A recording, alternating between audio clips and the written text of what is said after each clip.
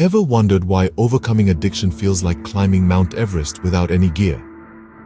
It's a question that echoes in the minds of many. To understand the answer, we need to delve into the depths of what addiction really is. Imagine addiction as a puppeteer, manipulating your brain and body like a marionette.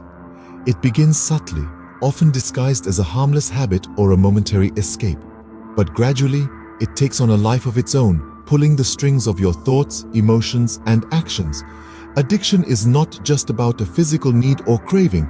It's a complex interplay of biological, psychological, and social factors. Your brain becomes wired to seek and use the substance or behavior, creating a cycle that's hard to break. This rewiring is not a sign of weakness or lack of willpower. It's a physiological change, much like how a path becomes well-trodden the more you walk on it. Now, let's consider how addiction affects our body. It's like a parasite, draining your energy, impairing your judgment, and weakening your immune system. It can lead to countless health problems, from heart disease to mental health disorders.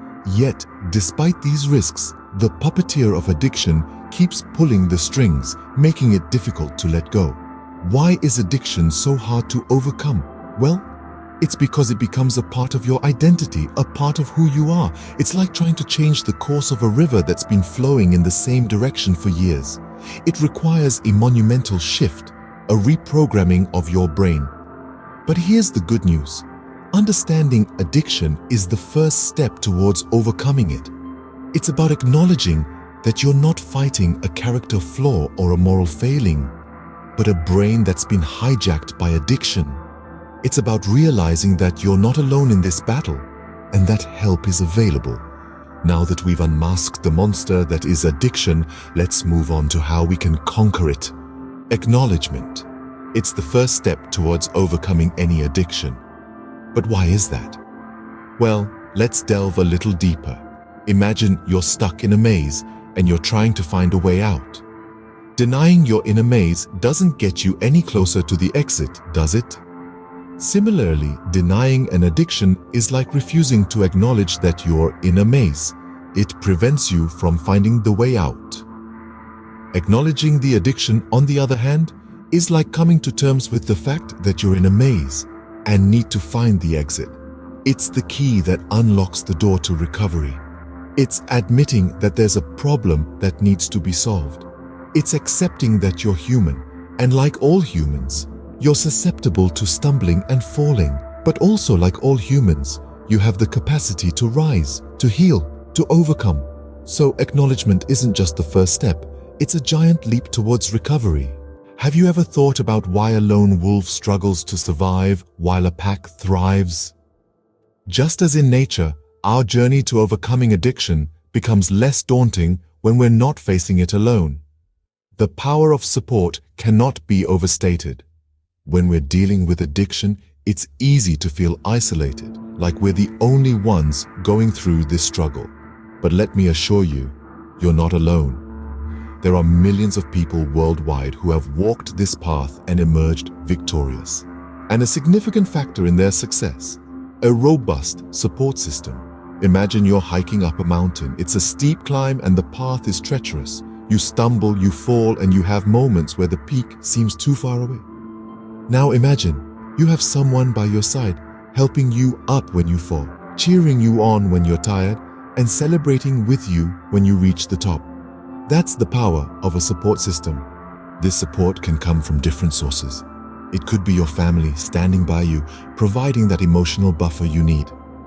It could be your friends, those who understand you, your joys, your fears, and your journey. They can offer encouragement, a listening ear, and a shoulder to lean on. But support doesn't always have to come from familiar faces. It could be a professional, a therapist, a counselor, or a support group. These are individuals and communities who have a deep understanding of what you're going through. They can provide guidance, strategies, and resources to help you navigate your journey. There's a common misconception that seeking help is a sign of weakness. But let's be clear, reaching out for support is a testament to your strength. It shows your determination to overcome your addiction. It signifies your wisdom in understanding that unity makes us stronger, that together we can conquer any mountain, face any challenge. Remember, seeking help doesn't mean you're weak. It means you're wise enough to understand the power of unity. Ever heard that saying, fall 7 times, stand up 8? It's all about resilience. When we talk about overcoming addiction, resilience plays a pivotal role. It's the inner strength that enables you to bounce back, no matter how many times you stumble or fall. It's the grit that fuels your determination to keep going, even when the road ahead seems long and treacherous. You see, addiction is not a straight path. It's more like a labyrinth filled with twists and turns, dead ends and setbacks. Sometimes, despite our best efforts, we may find ourselves back at square one. But that's okay. It's part of the process. It's part of the journey.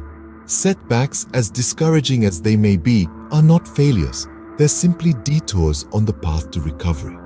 They're opportunities to learn, to grow, and to emerge stronger. Each setback is a lesson, a stepping stone to understanding the triggers, the pitfalls, and the strategies that work best for you. The important thing is to keep moving forward, no matter what. To pick yourself up, dust yourself off, and keep going. To not let the setbacks define you, but to let them refine you. Resilience is the ability to say, I fell today, but tomorrow I'll rise. It's the capacity to view setbacks not as insurmountable obstacles, but as temporary hurdles. It's the tenacity to keep trying, to keep fighting, to keep believing in the possibility of a better tomorrow. Developing resilience, however, is not a walk in the park. It requires patience, perseverance, and a whole lot of self-love. It requires a steadfast belief in your ability to overcome, even when the odds seem stacked against you. It requires a mindset shift from viewing addiction as a life sentence to viewing it as a battle that can be won. So remember, each time you fall, it's an opportunity to rise stronger. Each time you stumble, it's a chance to stand taller. Each time you face a setback, it's a moment to build resilience. Developing resilience isn't easy, but it's the key to turning the tide in your favor. What if I tell you that sometimes the best way to stop doing something is to start doing something else? Yes, you heard it right. This is where the art of substitution comes into play in overcoming addiction. Substitution is like a magic trick, a sleight of hand. Instead of focusing on what you're giving up, you shift your attention to something new and beneficial. Let's say you have a habit of reaching for a cigarette every time you're stressed. What if instead you picked up a stress ball or took a brisk walk around the block? The goal is to replace a harmful habit with a healthier one, making the transition easier and less stressful. But remember, it's not just about swapping habits. It's about choosing substitutes that are enjoyable and rewarding. This way, you're not just avoiding the bad, you're actively seeking out the good. Substitution isn't about running away from addiction. It's about walking towards a healthier lifestyle. You've climbed the mountain and reached the peak. But how do you stay there without falling back down? Well, the final step of overcoming any addiction is maintenance. It's about keeping up the good work, preserving the new habits, and preventing a relapse. It's like keeping the garden of your mind well-tended and free from weeds. So how do you maintain these new habits? Firstly, it's crucial to keep your momentum going. Remember the resilience you built and the substitutions you made? Those weren't just one-off changes. They're now a part of your daily routine, a part of your new, healthier lifestyle.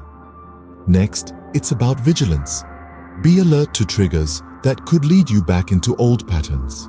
This might mean avoiding certain environments or even certain people. It's not about living in fear, but about making conscious, mindful decisions that support your recovery. A key part of maintenance is also regular self-evaluation. Take a moment every day to check in with yourself. How are you feeling? Are you experiencing any cravings? Are there any situations that are causing you stress? By asking yourself these questions, you can identify any potential problems before they become overwhelming. But remember, self-evaluation isn't just about looking for problems. It's also about recognizing your progress. Celebrate your victories, no matter how small they may seem. Every day that you stay clean is a victory in itself. And finally, remember the importance of continuous improvement. Overcoming addiction doesn't mean you've reached a state of perfection. There will always be room for growth and improvement. Whether it's learning new coping strategies, improving your physical health, or working on your relationships, there's always a way to move forward. Remember, maintenance isn't a static process. It's about growth, evolution, and continuous self-improvement. It's about creating a life that not only keeps you away from addiction, but also brings you joy, fulfillment, and a sense of purpose. Overcoming addiction isn't a one-time battle, it's a continuous journey of self-improvement.